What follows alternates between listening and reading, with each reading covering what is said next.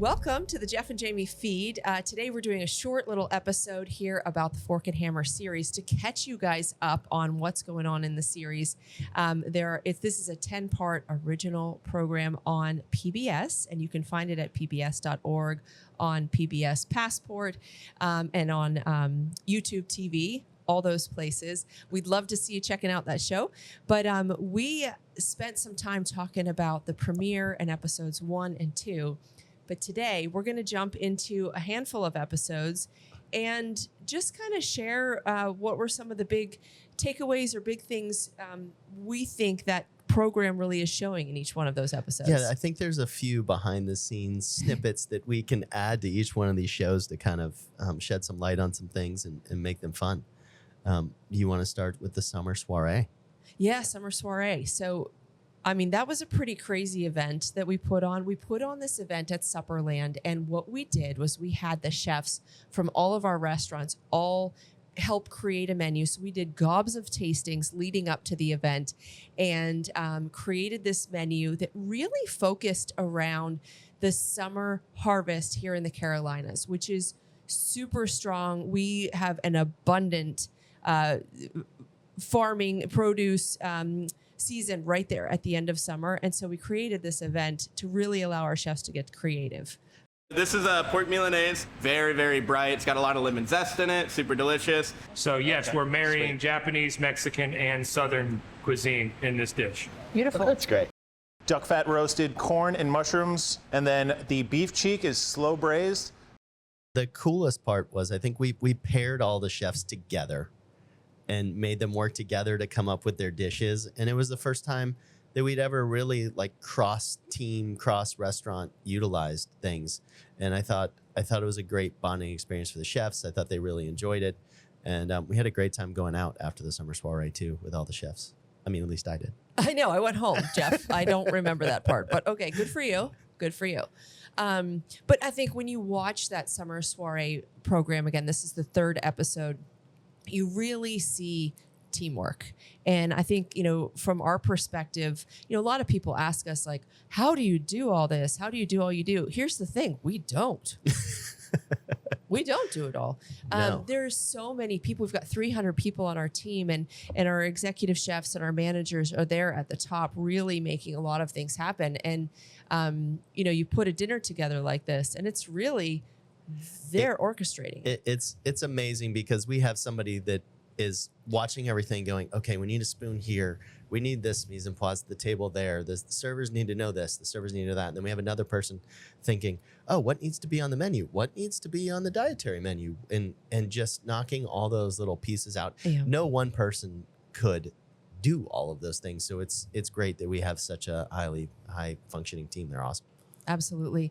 Well, the next episode, episode 4, is Cocina Española. This is the one. This is when we realized we were filming a show. Things got complicated when we were filming in Spain, didn't they? We were rolling 14 deep. With family members traveling to Spain. Your family. Yes, my family. My family.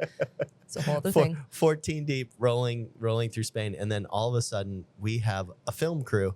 And not just a film crew, but a drone crew, somebody in Iñaki on his hoverboard, Yep. rolling through, traffic everywhere. And it was such a thing. It was crazy. Where are we now? This street is awesome. This is Calle Laurel. People come here with their friends and their families. They hop from bar to bar. It's got about 30, 40 different spots, each with their own specialty. That was when filming felt so exhausting, right? Yes. Usually, like in our normal life, it's fine. It all works seamlessly. But there, when you're overseas, you're trying to capture a lot of what's going on. So it did feel exhausting. But also it was fun and amazing and new. But I think that for me, more than anything, that episode really shows forth how important travel is to us. Yes. For creating the restaurants and being inspired by the for the restaurants. For sure. It's such a big part of what inspired us to do this.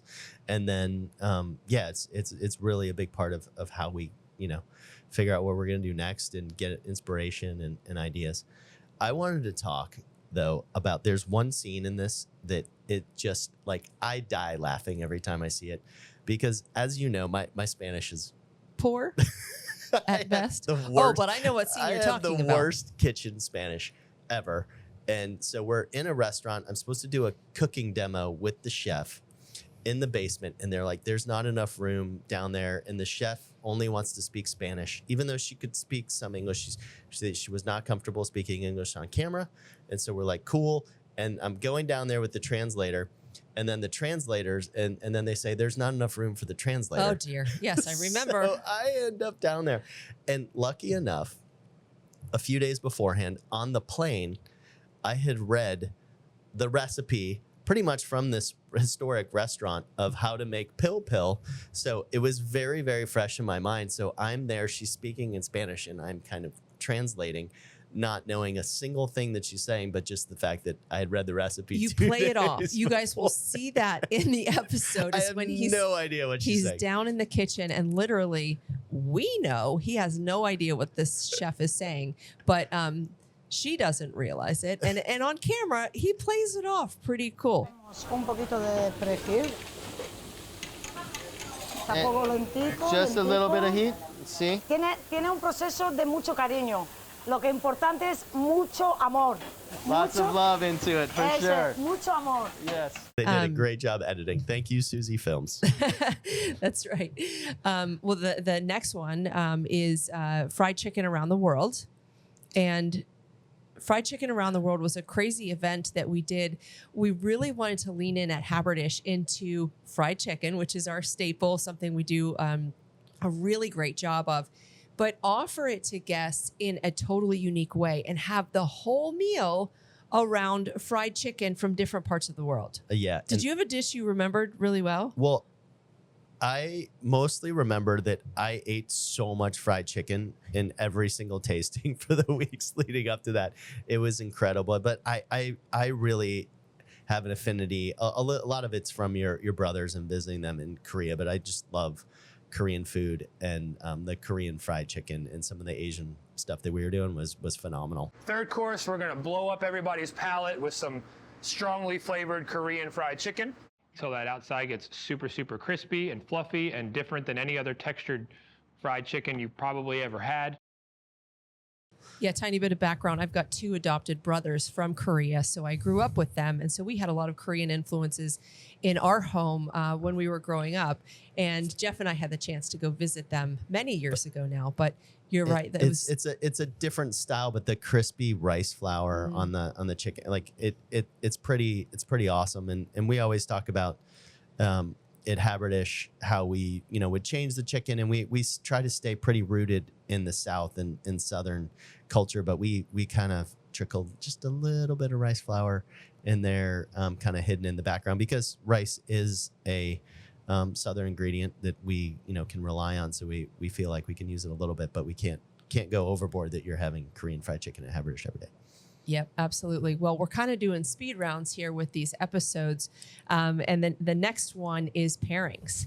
And this one's a lot about how food and drink pair together. I learned so much about our people, though, in this episode. Oh, I why? just love the couch and everybody talking to each other.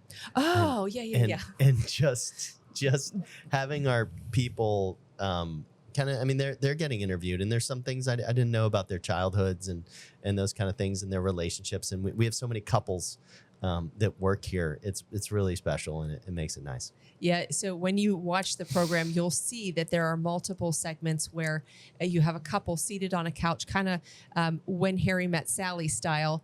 And it's just kind of an old looking couch and just a cute little environment. And you get to know these couples because we have, Savannah and Taylor, you and me. We've got a handful of others and some that have come and gone too. Yeah. Or portions of couples and other people work in the industry.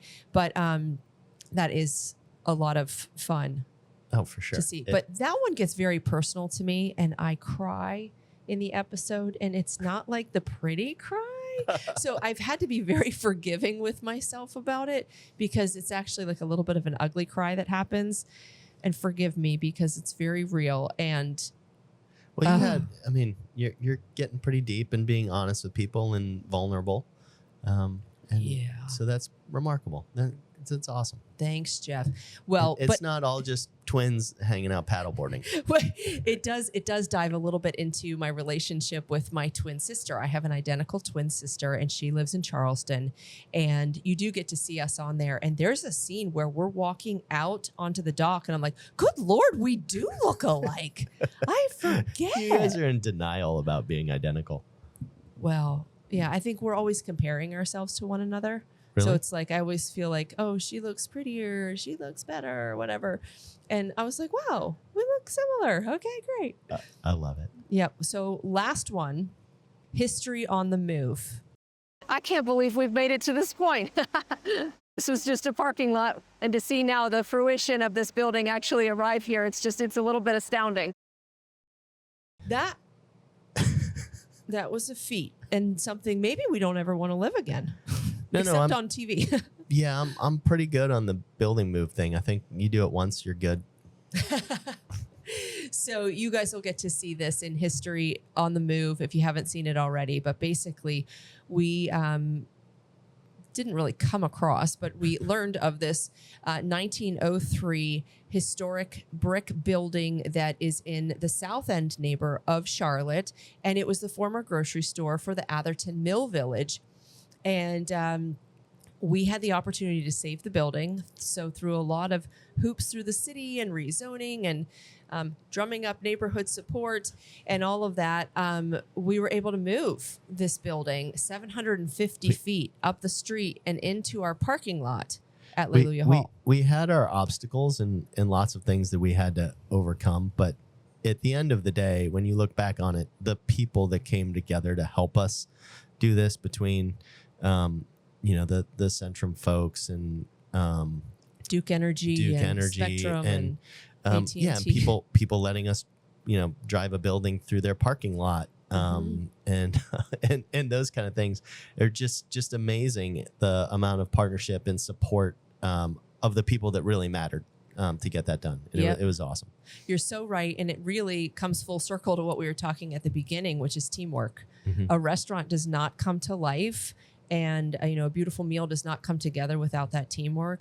And surely a building does not get moved successfully without a gigantic team. And we saw that there as well. Yeah. And even the Wolf guys, they were on point in money through the whole process.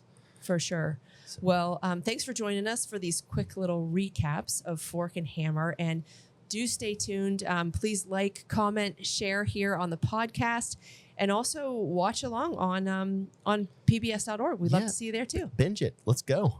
All right. See you all.